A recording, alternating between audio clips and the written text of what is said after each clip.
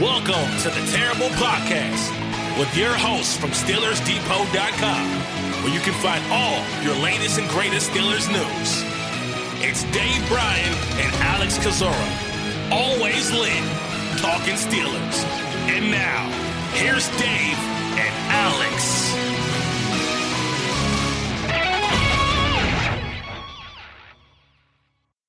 Welcome to the Terrible Podcast, Season 13, Episode 134. He's Dave Bryan. I'm Alex Kozora, SteelersDepot.com. Thanks for being back with us here this Wednesday, Steelers Nation. Dave, the Pittsburgh Steelers kicking off their 2023 OTAs. First practice was on Tuesday, so the entire roster, or mostly the entire roster, hitting the field. They'll be out there on Wednesday and Thursday before taking a couple days off and getting back out there next week. So always a busy time of year with interviews and transactions and visits, and all those things are happening right now in Pittsburgh, Dave. You got your shorts on? I don't know what that means, but I do. Football in shorts season. Oh, shorts. Yes, I got my I'm in shells today. Yeah, we've officially hit football in short season here. And yeah, let's see, next 3-4 weeks, let's see, the mandatory mini camp. So I guess it's the next 4 weeks in a row here. Obviously, the rookie mini camp runs this week the OTA first session runs through the 25th, which is Thursday. And then next week is 3 days running through the first, the following week, 4 days to wrap up OTAs. I reckon there's probably going to be a Dave and Buster's trip or something, maybe in there. Then mandatory mini camp after that. So yeah, going to be some busier times here these next 4 weeks, and it's never stopped really. And we've got a lot of kind of newsy and observation type things to discuss to kick the show off today, and some few transactions that happened obviously right after the last show ended there. Yeah, so let's dive right on in. We'll start with some of the transaction type stuff. And the big news is reportedly that veteran outside linebacker, pass rusher Markus Golden is visiting the Pittsburgh Steelers. Initially reported for Tuesday. Josina Anderson says the visit is actually today, Wednesday. And so I assume that to be the correct information. So Markus Golden, 2 years removed from 11-sack season, 32 years old, a longtime Arizona Cardinal, is in Pittsburgh today to potentially sign and give this team additional outside linebacker depth. Yeah, probably a guy when you start going through that list, you can circle for obvious reasons, and I think even going way back to he's a Missouri product, right? Yes. Didn't we determine that Joey Porter was at that one, I think, at the time? That's a good question. I'd have to check it. It was a while ago, so I'm not entirely sure. Top of my head here. You know, if I had my druthers of a few guys that we've talked about, a little bit here and there throughout the offseason, I think I'd want Kyle Van Noy. But look at this part of the offseason here. you get past the rookie mini camps, and you get into the start of OTAs, and you start looking at the list of available free agents and all, and especially look at the edge guys. I mean, Golden would make sense overall, but I still think I would much rather have a guy like Kyle Van Noy than I would Markus Golden. But the object here, I think, and I think we both agree on this, the outcome on this is that they're probably going to sign a veteran edge at some point here, and it could be today with Markus Golden. And they should. They still think they need to. We've talked about edge being a position this team still could really add some veteran depth, which has become typical for this team, whether it's Melvin Ingram or, I guess kind of in-season Taco Charlton. Names like that have kind of been in the mix during summers and falls for Pittsburgh on the fly. I'll start off by making a tongue-in-cheek comment that if Markus Golden is signed, he and Nick Herbig can feed each other because they're part of the Short Arms Club. Golden's got 31 1/8-inch arms, but obviously it has not stopped him from having a successful career. He's a bit kind of stockier and bigger than what Herbig is, but interesting just kind of note there with, Herbig kind of penciled in as that quasi number 3 outside linebacker right now. But yeah, veteran depth, this team has to add there. They realized how much their defense fell apart last year when TJ Watt went down, and him and Highsmith have battled injuries over the last couple of seasons. So you need to have that quality number 3, like somebody that's bigger that can play the run. So it's better than a Yannick Ngakoue or something like that. So I'd be, for the signing just on the principle alone of having some proven veteran edge depth on this team. Kyle Van Noy is a member of the short arm club for men as well too, isn't he? Is he? I thought he was I have to check here. I don't know what his arm length was. He is, he's 31 and 5/8. So I guess either way, you're getting a short arm pass rusher. Yeah. But once again, is it a coincidence that guys like that with the shorter arms are still on the market at this point? Well, they're also older too, but sure. But even Kyle Van Noy was coming off a pretty cheap deal that we've already talked about last year. What was Markus Golden? What's he coming off of? It's a good question. I don't know if he's been a year-to-year type guy. Then he had that 11 sack season in 2021. I don't know how much that impacted his value. I know he signed for cheap. Okay, there was one time where he signed for really cheap, and it felt like he got the team got a steal. Was that in 19 with the Giants? I think. Might have been. I don't remember on that. I know it looks like last year with the Cardinals he had his cap number was 4.34, so it looks like he had a base salary and some prorated signing bonus. Maybe that was a 3-year. That might have been a 3-year deal he was coming off of or something. He had signed an extension in September of last year. Okay. He'd been signing a couple of extensions with Arizona, so that seems to be where he never became a free agent, but just kind of kept re-upping with the team. Okay. Well, needless to say, if they sign him at this point, we wouldn't expect that to be a lot of money. So, he's evidently going to be visiting today. So by the time if we string this podcast out for a little bit, we can catch some news. But if we don't, we'll obviously have it up on the site. Omar knows when we hit the stop record button, and that's when the move comes in. And that's what happened on Wednesday, because literally maybe 2 minutes after we were done with the podcast on Monday, Pittsburgh made a slew of roster moves with 3 players being released, 1 being signed. Players being released include Master Teague, running back Master Teague, linebacker Tate Crowder, and linebacker Emike Egbule. Being signed as one of the tryout guys who was participating in rookie minicamp with Pittsburgh in Toby Ndukwe out of Sam Houston State. And so right now the roster sits at 87.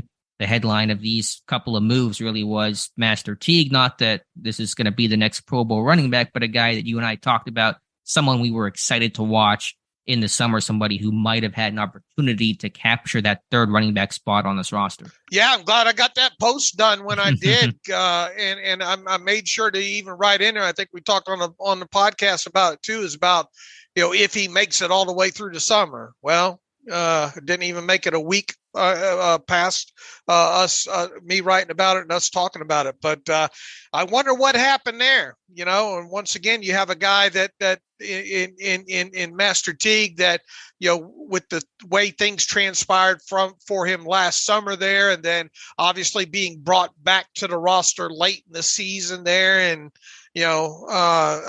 futures contract and all like that, you kind of thought, okay, well, maybe they'll give this guy a longer look this summer. And, had that happen, it felt like there was, a potential opportunity for him there, especially if he could play on special teams. But, well, here we are a week later and he's off the roster, and that's probably going to be it for him unless, they have some injuries or something like that at the running back position. So it just goes to show you how quickly things can change, especially with these fringe guys, and especially with the guys that signed those reserve future contracts, right after the season ends, and along those lines there. And, Tate Crowder's another guy that you kind of wondered, maybe there was a little something to work with him, him being part of the offseason roster. And now that's obviously out the door as well, too. So I don't think this is going to change any odds, right, with the Steelers Super Bowl chances or win totals or anything like that. But they were definitely a couple of players on this offseason roster that, had they made it to training camp, would have been interesting to see what would happen, but no longer the case. Sure, nothing I'm losing sleep over. Maybe with Teague was just maybe special teams is never going to be what he could do. And if he can't be a special teamer, it's going to be hard to make the team as at number 3. I was talking with Alfonso Graham, the rookie running back who got signed as a tryout guy from Morgan State. He's actually got a fair amount of special teams background. He's even played gunner before throughout his college career. So he's a guy that probably has that special teams capability that a guy like Teague may not. Yeah, with Crowder, I mean, that inside linebacker room looks a little thin right now, at least in terms of the depth. I mean, right now you have Holcomb, who's not fully participating with that foot injury he's coming off of, Landon Roberts, Mark Robinson, Tanner Muse. Like, those are your top guys. And Muse, of course, is really a special teamer. So I thought Crowder would stick and maybe compete just, for some proven NFL experience type depth. So that one surprised me a little bit as well. But again, I don't know what the reason behind it was. Look, you can go around this roster right now, right? We just talked about outside linebacker. You could use a body there. You could use inside linebacker, and even Josh Carney, I think, wrote this morning and had a terrible take yesterday about the depth at that running back position right now. Who's going to be number 3? It may be somebody not on this roster. And I think Josh had the article today about a couple of outside options, one of them being Benny Snell, who remains a free agent, which would be, I think, a quality number 3 from what that role is asked to do when everybody's healthy, to be a special teams, hand in the pile, do the little things, do the dirty work. That's what Benny Snell has done throughout his NFL career. But if not him, then another veteran running back. I would mention Malcolm Brown as somebody that I think would make some sense. But yeah, I think you're seeing, until and unless Markus Golden or some other vet equivalent signs, you're seeing a lack of depth at edge. Inside linebackers a bit thin. There's questions at slot corner, and that number 3 running back spot is pretty up in the air right now. So those are all kind of things we're looking at as OTAs begin. I know I was going to ask you. When was the last time you remember this team starting OTAs without a full 90-man roster?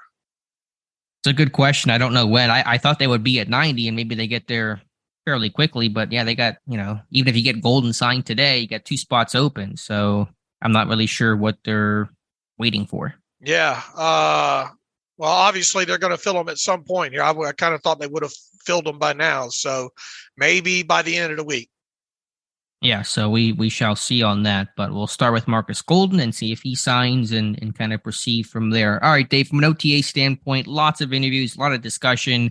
Not even sure exactly where to start overall. Let's kind of put a bow on the Pickett, Ben comments. Pickett, of course, speaking with the media on the first day of OTAs, talked about a lot of relevant football things, but just briefly, was asked about his impression of the Ben podcast and of course, the comments that Ben made about his initial feelings toward Pickett, and Pickett saying all the right things, as you would expect, basically saying, I'm glad that this guy's in my corner, hashed everything out, good conversation. So hopefully that saga is going to be largely put to bed. Yeah, I would imagine the major media side of it, of the Ben bashing and all like that, should mostly come to an end by noon today. And as far as that, and as far as Kenny went yesterday, I think he got kind of back-to-back questions on that. And I thought he handled them perfectly, as kind of he's going to turn 24 in 2 weeks. I mean, he's like 24 going on 34, it feels like, with the way he handles these media sessions. And I think he's going to be on 93.7 The Fan later today. And my hope for him, though, at some point is he says, okay, I got these, I understand why he's doing all these interviews at the start of OTAs and all like that, because didn't Ben normally make the rounds or start, do that every year as well, too. But I'm ready for him to just be left alone, sure. And not have the microphone in his face every day and just, concentrate on the rest of it. I mean, once again, it's no fault of his own. They have media responsibilities, especially this time of year after the off season and people not having access to them. But by the end of this week, go interview some of those other guys on the roster and let these starters and all do their thing. Yeah, I'm with you, Dave. Just one last thought, and I don't want to spend more than a minute or two on it, but as my terrible take today, as I listen more to Ben's comments, and he's made this comment a couple times on his podcast, I don't think Ben was ready to personally retire after 2021. I think he wanted to come back for at least one more season. I think it was Pittsburgh looking to move on more than Ben was really looking to hang up the cleats and move on with life's work. Because he made the comment about several times that he still felt like he could do it. He still had it. And I don't think he did, but I think Ben felt like he did. That's the competitor inside of him. So I think that might be the root of some of that initial resentment he felt, because I think in Ben's mind, he wanted to come back in 22. He wanted to play at least one more season. Yeah, I can see where you're coming from on that. And if he came out and actually said that, it wouldn't surprise me. So, yeah. But I mean, they made the right move. They did. But I think, Ben has said many times on his podcast that he felt like he could still play. He still had something left to give. And I think Pittsburgh pushed him out a little bit and was like, we're ready to move on. This is the time to move on. And so that's what happened there. But that's all, history there to not relitigate. Dave, from what else Kenny Pickett had to say, he's bulked up, which we already knew. His trainer confirmed that a couple months ago, but Pickett telling reporters he's in that, 226 kind of range right now after being around 220 kind of last year. So I think even dropped down a bit more as the season kind of wore on in the 215 type of range. So he's added weight. Also has new equipment, a new helmet. He's wearing that, what do they call it, Vices helmet that's designed specifically for quarterbacks to hopefully reduce concussions, reduce concussion risk. Obviously nothing 100%, but Kenny Pickett doing all the right things to protect himself in 2023. I'm all about me some Kenny Pickett. You've been on the internet too much for that language, Dave. He looks good. Best shape of his life. Oh God, we're doing that. Yeah, we're in that best season. We're in best shape of his life season. No, and as you mentioned, his quarterback coach should put that out there a little while ago, and I think that was hinted at what would be the goal, and obviously all the rigors of a pre-draft process a year ago, and he's settled in now. He knows what the rigors of the game are. The whole helmet thing was probably needed as well too. So look, it's really it's news, but it's not new news. But he looks good overall. Yeah, and I think my biggest takeaway from what he told reporters was how much further along this offense is now compared to a year ago, and that shouldn't be a shock, obviously. But Pickett said, they put in 5 or 6 installs today, as opposed to last year when they were at obviously step 1, step 2. So for an offense that's older, more experienced. Kenny Pickett, a defined starting quarterback, no questions about who the guy's going to be. It's not where it's, Pickett's first practice and Trubisky's first practice and those kinds of things. It's just going to be better for this offense overall. Last year, they were literally the youngest offense in football. I don't know exactly where they stack up this year, but they're certainly older and more experienced forward. And so they're going to be able to really hit the ground running and not go through those terrible growing pains they went through for the first 8 games of last season. Yeah, look, he even mentioned, right? He said it feels like they're further along in installs than they were a year ago, and I just you really get the sense and have now for several weeks or months now that I'm the captain now. Look at me, I'm the captain now, and he hopefully he's getting more input, and it sounds like that is the case. And once again, this there's nothing that you have seen out of him or heard from him or anything related to anything out of anybody else's mouth at this point that doesn't get you at least excited about how we talk about process a lot, right? Sure. As far as process goes, I don't think you could be happier, as an analyst or a fan of this team, when it comes to the quarterback position. And, you got Mitch, obviously was already set to return. He's extended. You got Mason back in that room, and you've got you got real stability there. And I think that's going to help. And, Kenny even made mention of, having Mitch there is like having another coach on the field. So this whole process, when it comes, the proof's obviously going to be in the pudding, right? And whether or not he makes, the next jump, and is it big enough and all like that. But I mean, everything leading up to that at this point, I think has been absolutely perfect. Continuity, Dave. I mean, there's just a lot more continuity. Pickett second year, Trubisky second year, Pat Meyer's second year. Got to talk about Pat Meyer, because last year was such an issue with all the new teachings and that entire line that was new itself with Cole and Daniels and Moore in year two, trying to figure this stuff out. Yes, there are some new pieces in Broderick Jones and Isaac Seumalo, but just to have that second year for your offensive line coach after all the changes they've had with O-line coaches over the last couple of years, from Surratt to Clem to Morgan briefly, now to Meyer in year two.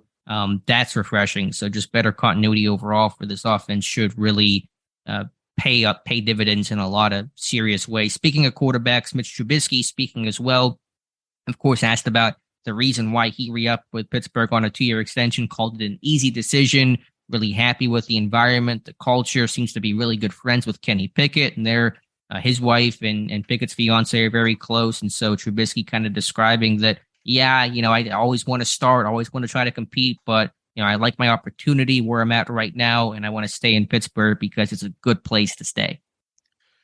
Yeah, I mean, what's he supposed to say after the fact? But, I think he looked around and kind of saw the writing on the wall, and he knows he's better off right now. Probably at least from a couple of years standpoint and all like that. So, the other thing about, the stability, and I know a lot of people listening won't like to hear this, but I really think Kenny's happy that Matt Canada's at least, around for one more season. I think he kind of likes that stability there. And also it kind of feels like you got a good cop, bad cop situation there in that quarterback, or, on the offensive side of the ball when it comes to Matt Canada and Mike Sullivan, right? It feels like Sullivan might be more the bad cop. Is that kind of the feel that you get? Can you explain that a bit more? I don't know if I've had that feeling before, just because, kind of the things that Kenny said specifically in that Roethlisberger interview, and even Ben's kind of comments on Sullivan. Like, Sullivan's the guy that, wants to get right in there and talk probably more about the negative when they come off the field, or a lot of that, and obviously I don't know that for sure, but it's kind of the feel that I got, that it might be kind of the good cop, bad cop situation there. Might be the first time Matt Canada's been called a good cop. I think he's been called a lot worse by Steeler fans. Oh yeah, I get that. Do you view Matt Canada as a Todd Haley type on the field? Not in that super fiery, visible kind of sense, but I don't know if he's like Bruce Arians, your best buddy kind of thing, where him and Kenny are going to go golfing the way that Ben and Bruce went golfing. I think it helps that Canada is up in the booth on game day, and so he can't yell at you on the sideline the way that Sullivan can. But yeah, I think Sullivan is certainly like highly disciplined. I mean, he was literally in the Army, coached at Army, went to Army, all that kind of stuff. And so I think he's very much the, technical, we're going to do it until we get it right kind of mindset. So I see what you're saying about that. Okay. Let's see what else there is. Let's do some housekeeping here about Steelers OTAs. And again, information a little bit light, and we're not there to actually get eyes, but reportedly no TJ Watt at practice yesterday, and that may be an excuse thing. Certainly no alarm bells going off for that. There were many jokes about him maybe interviewing pool cleaners, which might be a good use of his time. But Alex Highsmith discussed that about Watt not being there and kind of stepping up and taking a, at least for that day, the leadership role for those young guys in Nick Herbig and Quincy Roche. And so TJ Watt not there.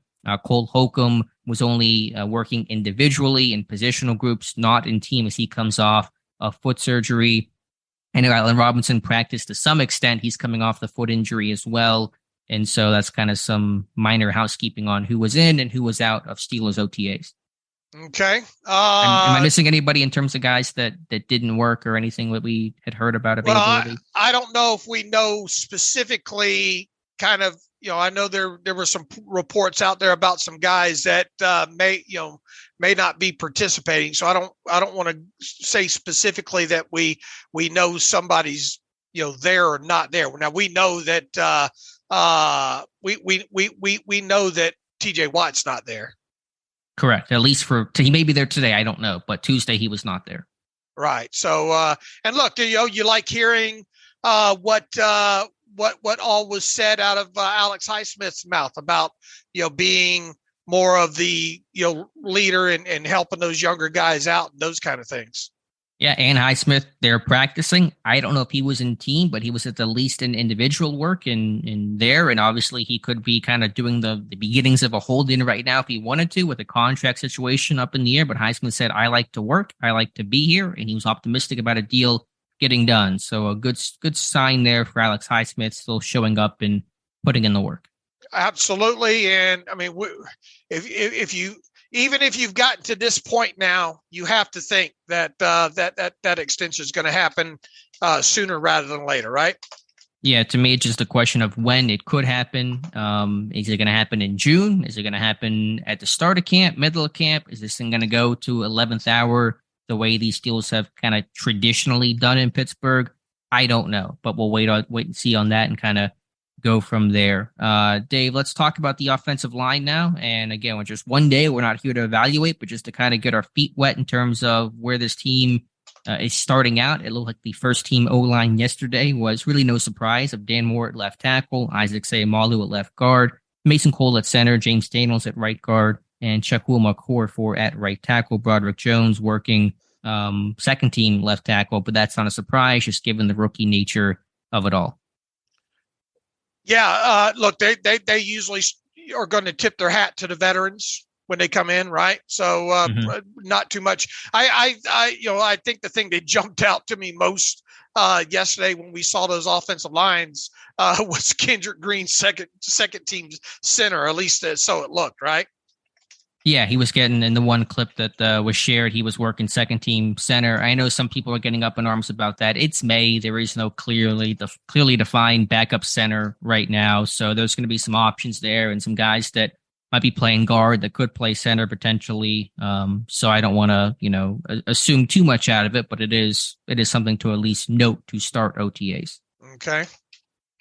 And then with Kevin Dotson, I thought his comments were most interesting and most honest, and you have to respect his honesty, basically saying that, yeah, I lost my job. They paid Seumalo all this money. They're not going to start me. And basically, I think beginning to prepare himself to be playing somewhere else in 2023 other than Pittsburgh. No guarantee that happens. Stranger things have occurred. Maybe he ends up, somebody gets hurt and he stays in Pittsburgh, but I think he's open and okay with going somewhere else. I was caught off guard by him, those quotes by him. That's not ideally what I would have done there.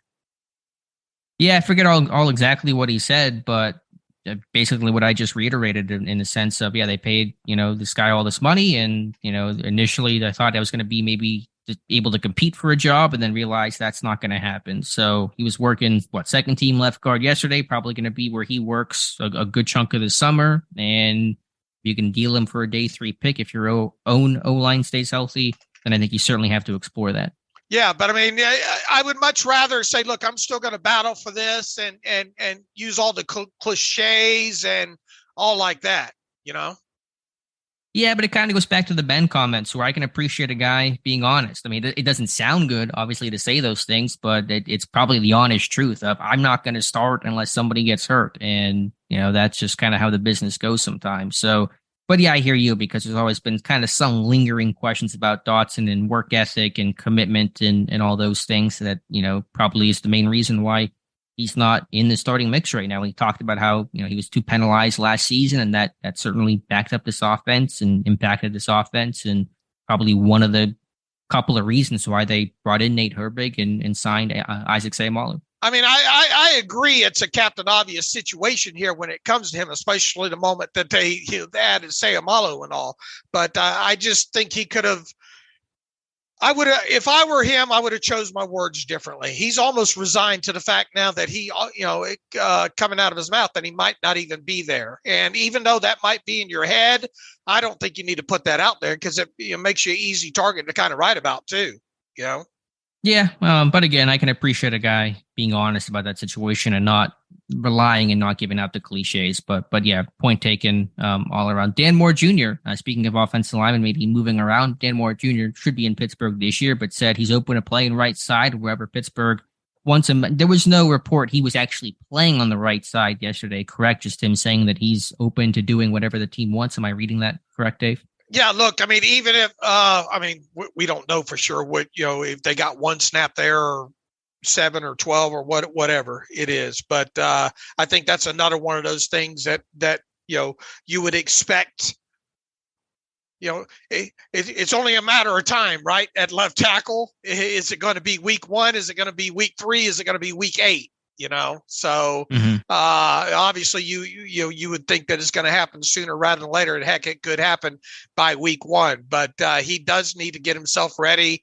And I would anticipate as we get further on into the summer, and definitely when we get to training camp and you're out there starting to log who's where, we're probably going to see a lot of Dan Moore at right tackle with the second group, and on into the preseason, see him get some work over there as well.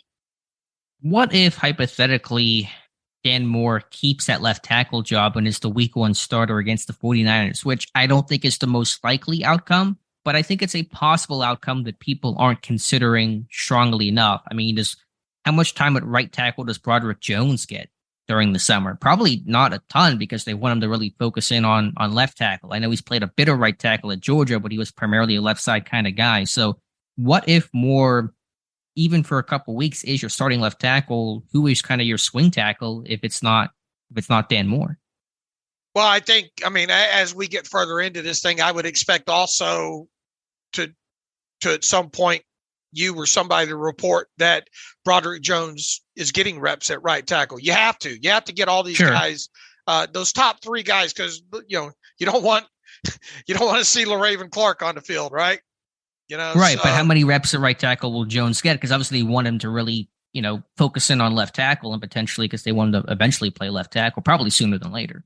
Well, you got to get him someday. I don't know. Sure. I don't know how to quantify what that will look like just yet. I don't either, but I think it's a thought, and it's an interesting thought. You're right. Jones will play some right tackle this year. In the summer, I'm confident of that. But how much? And because ideally, you get more time at right tackle because he's taking all the snaps at left tackle. It's you've seen him there, and you let Jones get more reps at left tackle. But if it ends up being where Moore's the week 1 starter on the left side, I just wonder how that might kind of go. And LaRaven Clark was second team right tackle yesterday. Now that's not a big shock, but do you want to point that out? Look, I just want, they know it. They know they got lucky last year. Mm-hmm. So they have got to make sure these guys are versatile enough to rearrange that offensive line on the fly. So,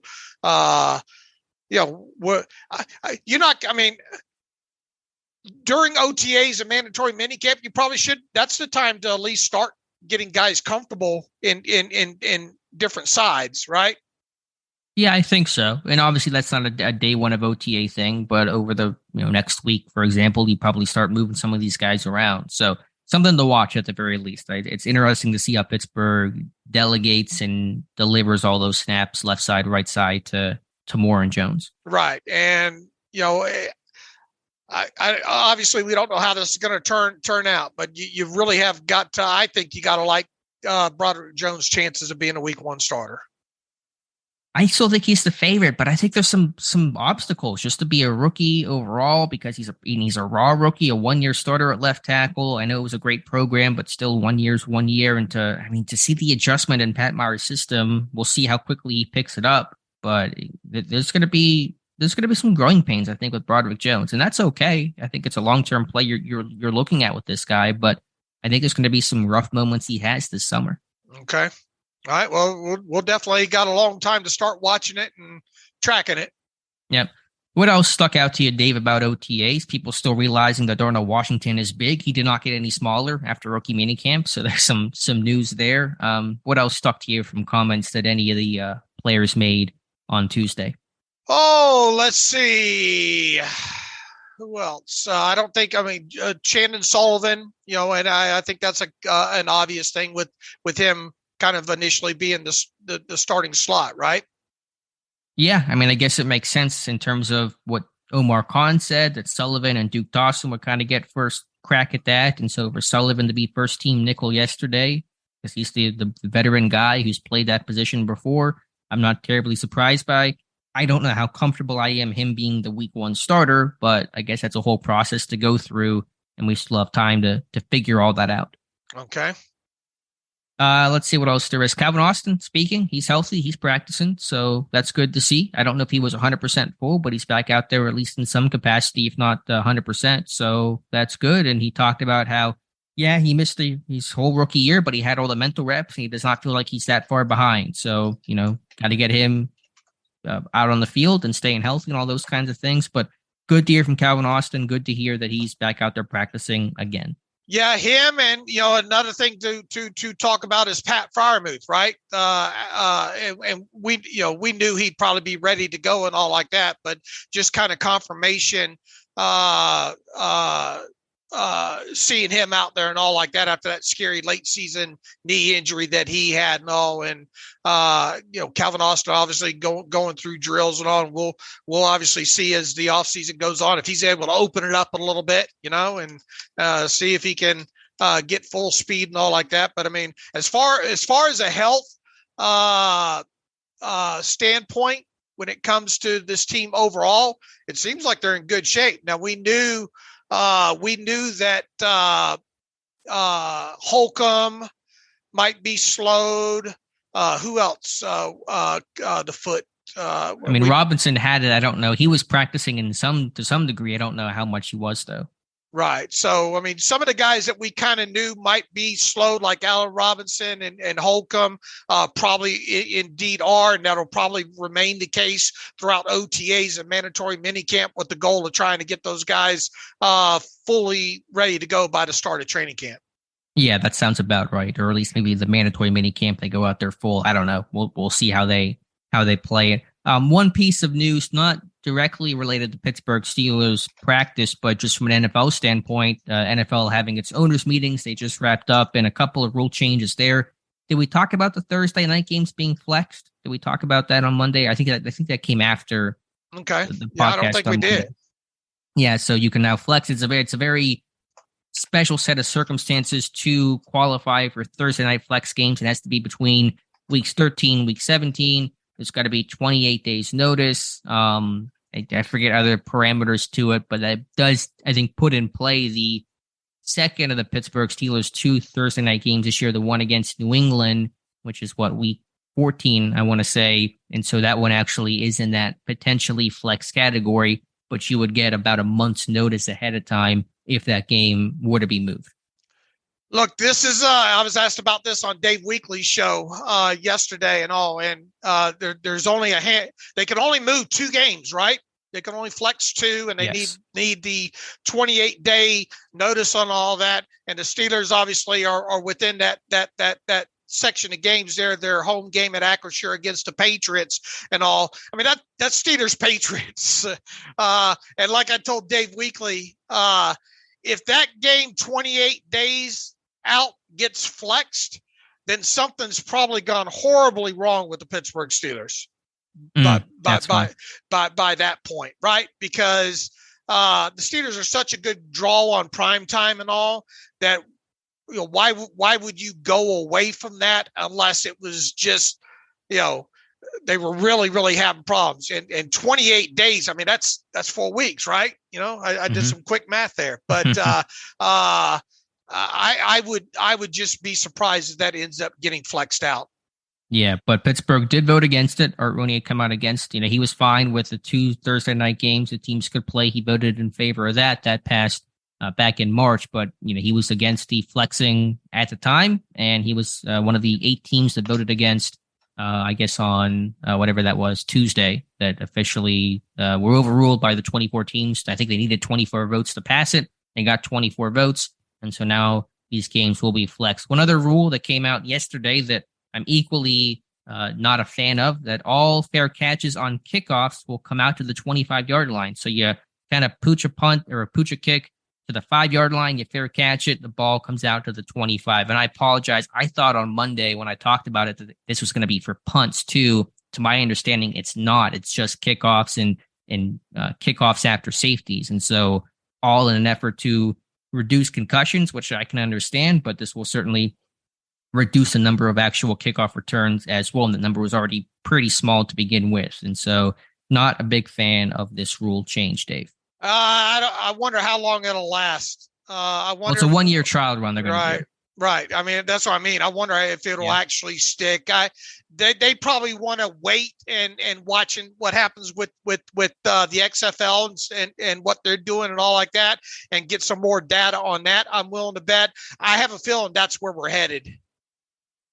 Yeah, I actually kind of like what the XFL is doing, and I'm trying to think how best to describe it. But basically, what each side lines up within 5 yards of each other around a return team's 30-yard line, and they can't move until the return man catches it. And so that's a way to actually still encourage returns, still have returns without those kind of car crashes you get on kickoffs where guys are running full speed 40 yards downfield before they contact somebody. So I like what the XFL is doing. I would prefer that much over this fair catch rule change the NFL just passed.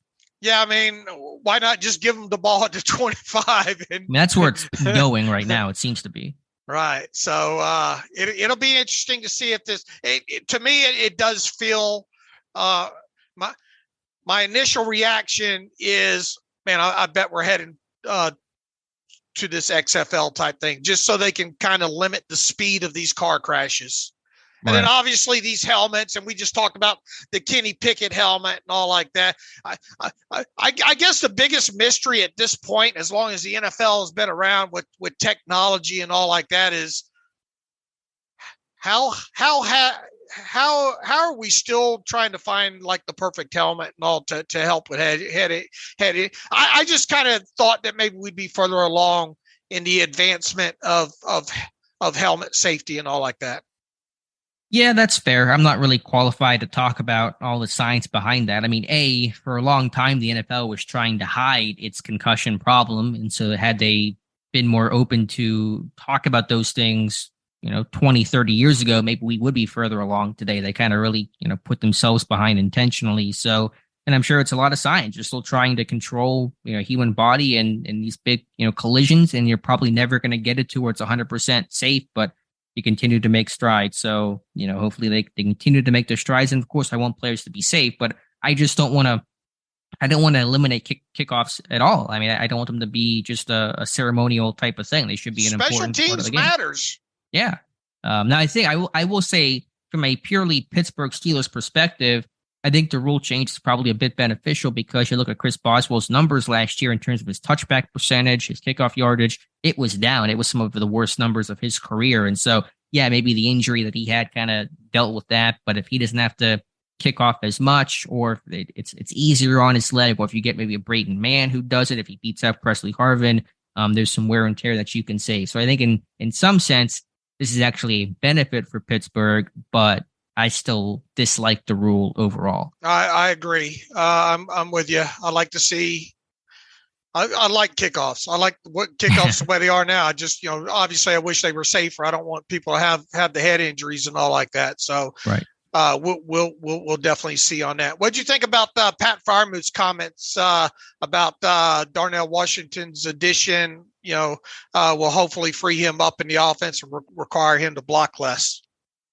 Yeah, I didn't know really what that meant, because if it's still a run play, Pat's still blocking if Darnell's on the field or not, so maybe there's some things they can do where, Freiermuth is kind of backside to the run and he's less the focal point of it, which might make his job a bit easier if he's doing backside cutoffs as opposed to trying to base block on the front side or something. But yeah, I think overall, I mean, if you have kind of Washington and maybe to some lesser degree Gentry as blocking types and Freiermuth as that receiving guy, that's probably the way you're trying to build this tight end room. Do you think we'll see them get Freiermuth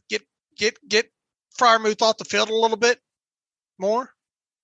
I mean, he's still the number one tight end on this team. Could you go with some? If Gentry were to make this team and be active, two things that are certainly no guarantees. If you wanted to go with some ultra heavy type stuff with both Washington and Gentry on the field on a 3rd and 2 type run, maybe you could do that. But I think, Freiermuth's going to be your number one guy. Pickett trusts him a lot. He's a really good receiver, one of the, probably at least a top 10 tight end in football. So I think Freiermuth is still going to play quite a bit. Okay. Anything else from OTAs? I know there's so much out there. DeMonte Casey speaking about, not sure what his role is going to be. Joey Porter Jr. crediting Minkah Fitzpatrick for taking him under his wing. Is there anything else that I'm kind of missing that you wanted to hit on, Dave?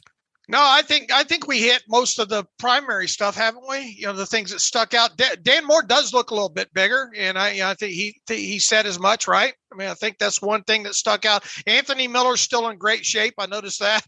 That guy always looked. Who would you think Mike Tomlin would say is the top 5 highest? Obviously you're not there, and all we have is the pictures to go by on the website. But even if you had to guess out of the chute, who would you think would be deemed as Mike Tomlin's top 5 highest best condition guys at the start of OTAs? No, man, I don't even know where to begin with that one, to be honest. In terms of like the guys who made the biggest jump, or just flat out who are the top 5 most conditioned guys on this team? Is that which way are you asking? The latter. Yeah. Man, I don't even know. I mean, I think Deontay always, works really hard in the offseason and is in, routinely great shape. So probably him, from there, I don't know. Do you have any ideas, any names you want to throw out there? No, Dave? I mean, I was just curious if you had some names. Highsmith works pretty hard. Yeah. DeMarvin Leal looks, from one of the side shots looks maybe a little bit bigger than maybe a couple of the other shots we've seen this offseason. You think he's closer to 300 pounds now, like 290 or something? I think he's heavier than what I thought he was. I'm not good at kind of gauging all that stuff with not having the pads on, but that one side view that they have up on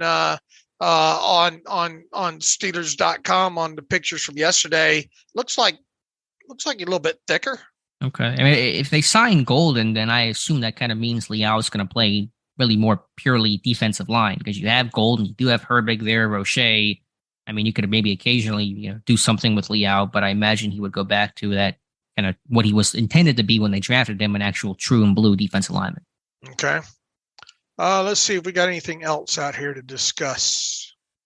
Yeah, busy first day, but they're back on the field. Should be wrapping up OTAs. By the time you're listening to this, OTAs are done. More interviews are coming in, and so we'll tackle whatever day 2 brings us. Yeah, I don't think they're going to be too.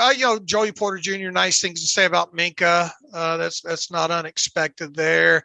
We covered the Freiermuth stuff. Deontay Johnson's goals. Not surprising.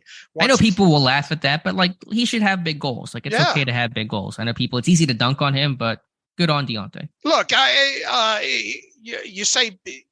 You get ostracized for saying anything positive. Yeah, we'd like to see his drops go down and all like that. We'd like to see him not run backwards after the catch. Yeah. But I really think that guy goes into every offseason and into the season with, good work ethic and everything that goes along with it. And, unfortunately just drops is going to probably be in his resume. They could have helped his cause out without running so many curls and comebacks and those kind of things last year. They got to get that guy out in space more, and into after the catch situations where maybe it doesn't necessarily require him to try to do too much, after. But I mean, I think, since Deontay Johnson showed up, I think he's been a quintessential Steeler. And yeah, no touchdowns last year. And once again, the drops are always going to be something that's talked about, that kind of thing there. But I mean, I think, we'll see how run centric this offense is and how their ability to push the ball down the field and get yards after the catch. I mean, 1,000 yards seems doable. But in the same breath, you kind of wonder if he's going to hit it, right? Yeah, he's kind of circled that number throughout his career, and obviously playing in a more run-heavy offense like what Pittsburgh was the back half of last year, and wants to be, throughout 2023 may impact those things. He was at 923 his sophomore year. He did hit 1161 in 2021. His best season, 882 last year. I think there will be more yak chances this year. It just depends on a bit of the volume. He should be right around that 4-digit number, I would expect. I mean, if he can hit 100 catches, 1,000 yards, and 6-7 touchdowns. I mean, you want to talk about a very good season for him. So yeah, I mean, those should be his goals. I kind of wonder what the way this offense is going to be, and with obviously with the weapons and Pickens going to have his, and would it be in run centric? I wonder if he's going to be able to hit that 1,000 mark. Yeah, I think he'll be around, I don't know, just making up numbers right now, 80 receptions, around 900 or so yards. And I mean, I'll add one snarky comment here in terms of his goals. A touchdown. One touchdown would be a good goal to have after getting, shockingly, a record, NFL record shutout of touchdowns after catching 86 passes a year ago. I know we mentioned this stat too, but I was doing some research into George Pickens, wrote a scouting report on Pickens for the morning on Steelers Depot. Of the 127 NFL players last year that caught at least 35 passes, Deontay Johnson's yak per reception number was 2.7. That was 120 out of 127 players. George Pickens' yak per reception was 2.0. That was 127 out of 127. And so Pittsburgh Steelers starting two receivers ranked 120th and 127th in yak per reception. And some of that's offensive design. Some of that's how George Pickens wins and how he has to improve. And some of that's Deontay running backwards and those things. But you don't want to see your top two receivers be so dang low when it comes to yak opportunities. Absolutely. And we've said that several times at midway point of last season and on too. And it did help, especially when you're running so many of those when you're trying to connect on a lot of those curls and outs and all like that. They've got to start getting the football in the hands of guys running out in space more. Those numbers have to come up quite a bit. I wonder what the correlation is to. Maybe that's something we'll put on put Eckert on correlation between team yak and deeper playoff runs or something like that. I mean, just obviously you would think that teams would hire yak are probably going to do good, especially when it comes because he just did that study on the explosive plays and all like that. And the more yak probably is going to lend itself to more explosive plays, right? And all like that. But I remember going back to who was it?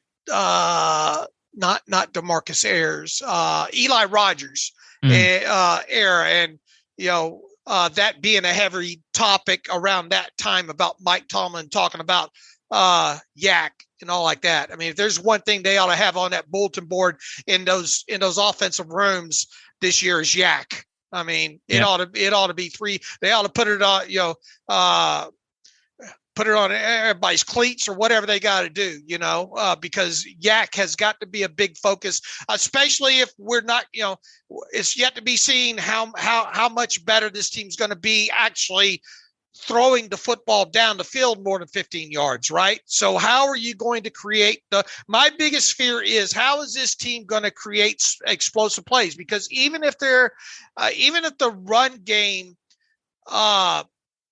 progresses like we think it's going or hope that it's going to progress or their intentions are like it's going to progress this year, what is that even going to translate into in increase of explosive plays? 5, 6 of them maybe?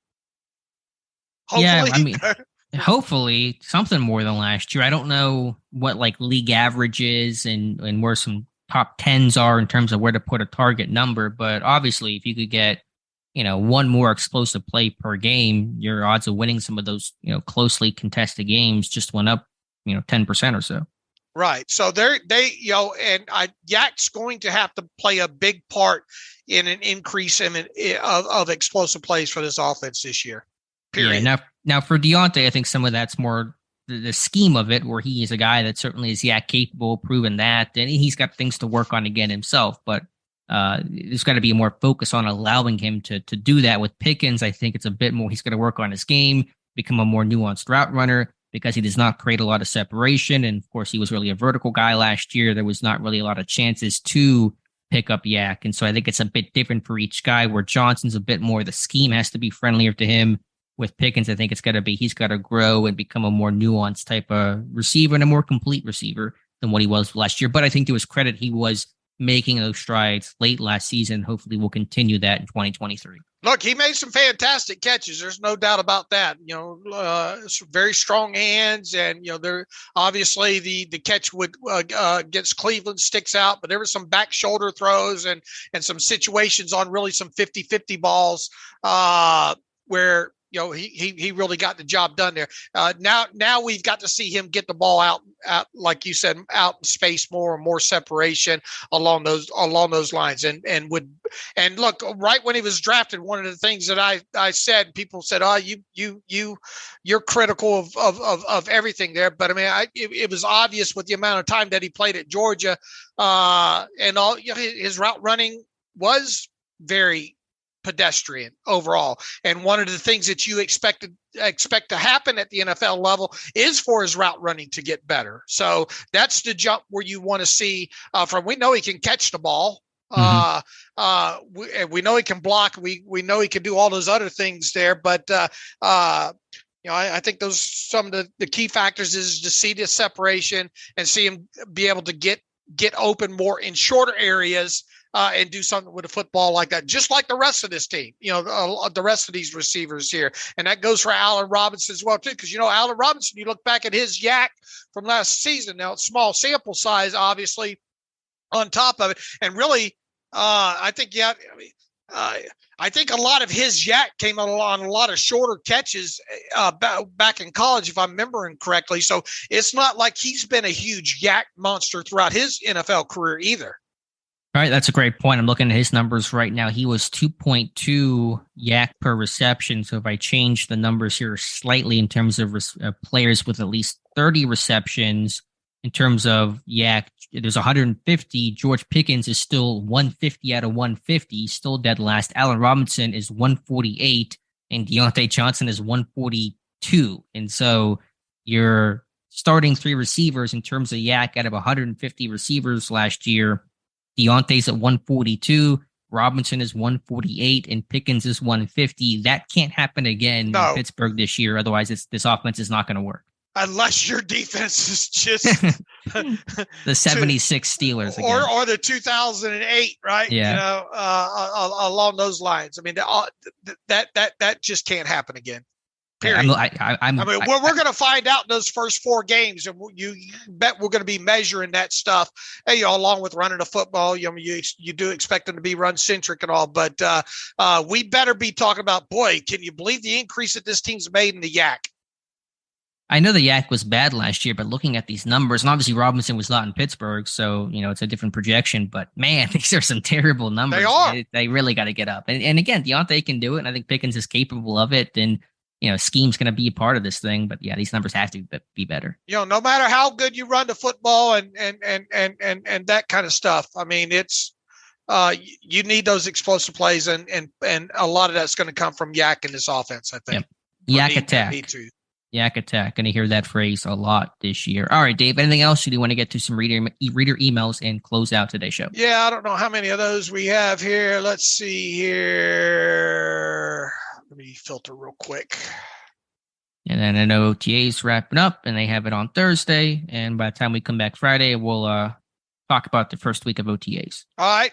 Dave and Alex, fantastic job this offseason from Craig. Says, listening to Ben's comments, I'm all for transparency, but sometimes things are better left unsaid. It's not like someone even asked him what's going to happen if Kenny Pickett starts breaking Ben's records or wins more Super Bowls. We all know he will be pissed, and then he'll be asked, and what's he going to say? He says, also, I think that Ben's reluctance to embrace Mason really affected both Mason's confidence and the fans' view of him. It's really a shame. I get being competitive, but that's not it. He says, let's take that portion for. Look, I mean, we're going to have to start putting all this behind us here pretty soon. I'm welcome to seeing how big of a problem it is once Kenny starts breaking Ben's records and wins more Super Bowls. Let's have that conversation when it happens. Did I think Ben? And I think we addressed this on the past show. I think the initial words that came out of Mason's mouth, and I think this same kind of why y'all bring it. We talked about this the other day. Mason was behind the eight ball to start with. because probably the context of things that came out of his mouth. And then obviously Ben saying, why the hell you drafting another quarterback when I've got these years left in the third round? You could have spent, I think all that went the path that it was probably going to take there. Anything to add on that? My only thought is if Kenny Pickett wins a couple Super Bowls and breaks a bunch of Pittsburgh Steelers passing records, when someone asks me what I think Ben thinks about this, I will say, I don't care. I don't care. Ben can be as mad or as happy or whatever he feels. I do not care. There's extra Lombardis in that Steelers trophy case, and that's all I care about. Look, I think that everything's fine between those two. I don't see how you can watch that podcast the other night and think otherwise when it comes to those two at this point. Ben just sometimes likes to say things that other people would not necessarily say. And I'm going to chalk it up to that. I'm willing to bet you see Kenny back on that podcast again sooner rather than later. Kenny said during his interview yesterday that him and Ben will be texting back and forth. So by the end of this week, I mean, all this should be in a rearview mirror, even though it won't be, but most of it should be. Craig goes on to say, Dave, I know you'd like to mention bingo cards. What are you guys 2 things that have happened this offseason? Signings, draft, comments, releases that you did not have on your bingo card? Well, I'll tell you first and foremost, I did not have on as far as the draft goes, I wasn't overly shocked really about anything as far as the draft goes. I mean, was Spencer Anderson a bit of a surprise guy on the list there? I was surprised Trice fell, but that's not necessarily a bingo card there. So nothing really related to the draft surprised me. I did not have Mason Rudolph coming back on the, on the bingo card for sure. What else on? I mean, Arthur Millette to be gone this time of the offseason. Didn't see that coming, obviously, at all. So that wouldn't have been on my bingo card. I was a bit surprised by I wouldn't say I was floored, but the Ogunjobi deal, I really wasn't expecting that right at, kind of out of the chute. But I wouldn't say that's one of those, oh boy, I didn't have that on the bingo card type situation. Alex, yours? I would say he said 2, right? So the 2 that surprised me the most, right? I really either wasn't thinking about it at all or was not expecting it. I would go Mason Rudolph returning. So I'm with you there. I'm eating a lot of crow in that quarterback room this year. The other one, and it's not that I just never didn't know it was a possibility. The Allen Robinson trade. I mean, I would just sat there and Robinson's a Steeler, didn't know he was on the block, didn't know Pittsburgh had interest, didn't know any of that stuff. And all of a sudden Robinson's in Pittsburgh. So that is not one I expected to happen, but obviously, giving up very little to get him, I'm content with. Okay, let's see. Moving on here to the next email, we have Paul Brown. Oh no, we already got this. This is the compliment on the Mark Gorsak and all like that. So not too many emails in the machine this go around. So if you want to change that and have hopefully us answer your email on the next show, on Friday's show, theterriblepodcast@gmail.com. Anything else to add as we get out of here?